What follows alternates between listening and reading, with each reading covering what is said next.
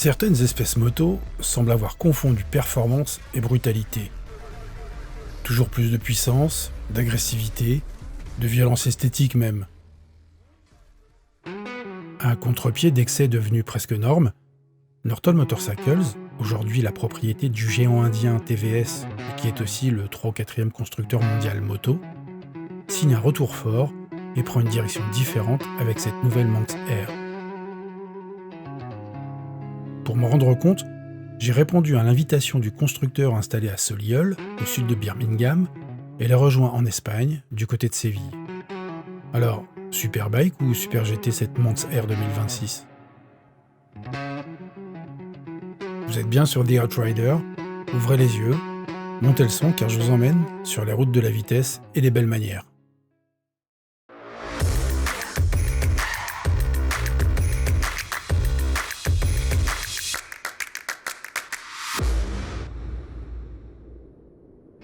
À votre avis, une moto de plus de 200 chevaux doit-elle être pensée uniquement pour chasser le chrono ?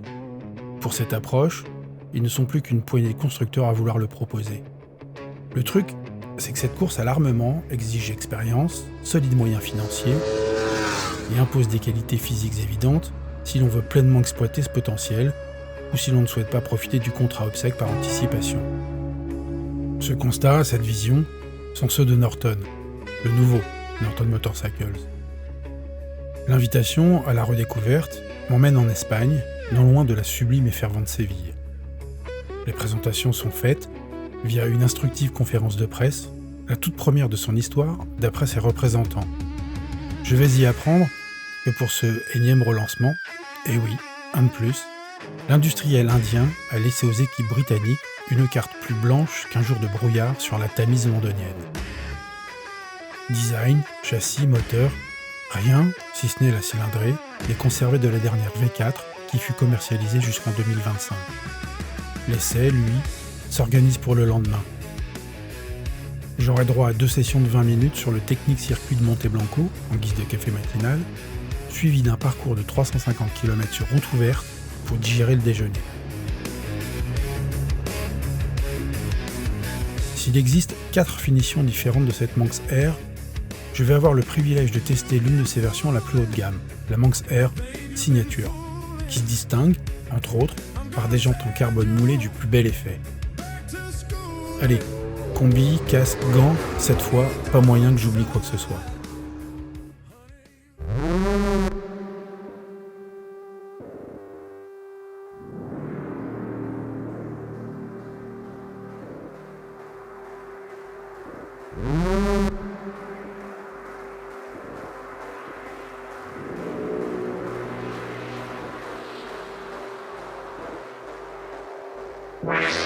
Pour nous apprivoiser mutuellement, je tracerai les premiers tours en mode sport, l'un des 5 proposés. Le V4 de 1200 cm3, calé à 72 degrés, développe 209 chevaux à 11 500 tours minute, pour un couple de 130 Nm perché à 9000 tours. Quant au châssis, Brian Gillen, directeur technique de la marque, nous dit « Celui de la Manx R est conçu pour transmettre des sensations, et nous sommes convaincus d'avoir construit une sportive de premier plan qui établit de nouvelles normes en matière d'expérience pilote. Si allemandes et italiennes sont aussi rigides et brutales qu'un inspecteur contrarié du fisc, notre fine anglaise, 207 kg pour notre version d'essai, opte pour une efficacité redoutable, mais avec l'élégance et la souplesse d'une duchesse de la couronne. Une démarche assumée et voulue par ses parents. Brian argumente, annonçant même la mise en œuvre d'une technologie unique pour son moteur, un ordre d'allumage à impulsion progressive qui améliore la motricité avant la moindre intervention de l'anti-patinage. Ce qui me fait dire que Brian n'est donc définitivement plus in the kitchen, mais surtout... Ça me sert à rien. La seconde session fait grimper dans les tours le palpitant et la température corporelle. Je baisse la visière, enclenche un des 2 modes track que je sélectionne sur l'écran très lisible de 8 pouces. Pour ces modes, la Manx R ne manque pas de paramètres, mais entre nous, j'ai trop peu de temps pour avoir envie de jouer à la Game Boy, mais comme je sais que vous êtes curieux, je vous claque l'interface des 10 paramètres avec lesquels on peut affiner son pilotage via ces très élégants commodos. Sur la piste, les suspensions pilotées électroniquement de mon modèle d'essai se raffermissent, le châssis est sérieux sans être une poutre, la dynamique de l'ensemble révèle l'autre visage de cette moto, tout en lui conférant un aspect remarquablement rassurant.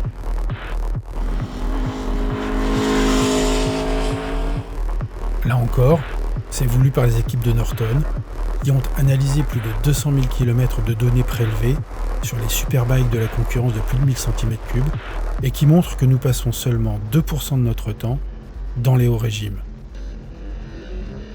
Résultat, le couple de la Manx R est disponible bien plus bas pour permettre aux pilotes lambda et moyens, comme moi, de ne jamais pouvoir perdre le sourire. Côté assurance, je le sais, je la dois un peu grâce à une bonne condition physique, mais surtout à la bienveillance électronique de Sainte Procession du capteur. En clair, sans son assistance permanente, je me serais mis en l'air bien plus d'une fois. Extase et danger, des garde-fous qui peuvent faire croire à l'excellence de votre pilotage, tant la suite logicielle compense les conneries à votre place. Si le moteur au souffle rauque et envoûtant catapulte à chaque relance, une fois encore, c'est le système d'arrêt, ici le must du freinage, un ensemble high-pure signé Brembo, qui sollicite le plus le corps. Imaginez, ligne droite de 1000 mètres, vous accrochez 2,60 sans même avoir passé la 6.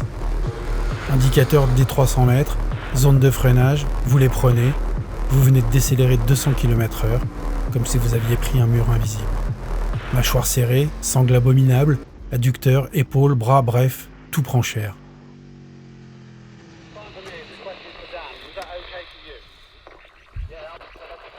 Éprouvé, je ne donne pas tout, parce que je préfère en garder sous la main droite pour cet après-midi.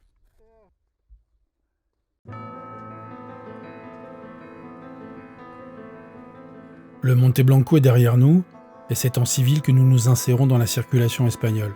Enfin, si on peut parler d'insertion. Car si le rythme n'est évidemment pas celui de la piste, il reste... soutenu ? Oui, soutenu, c'est bien ça comme terme. Sur ces routes ouvertes, dites-vous que c'est un ancien du Tourist Trophy qui prend la tête. À nous de suivre, d'essayer, de vous laisser deviner les sensations d'un virage légalement limité à 60, mais pris à 180.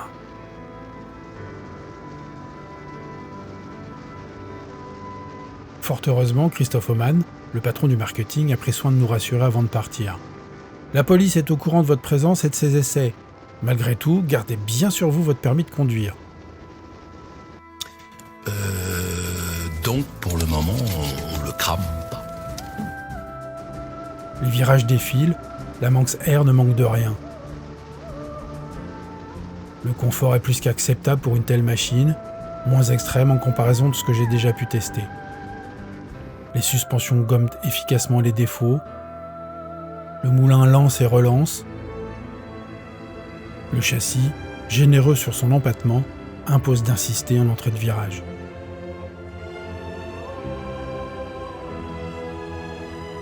Dans l'après-midi, pause en bord de route, le soleil est déjà féroce pour la saison. Je l'observe, elle, posée sur sa béquille.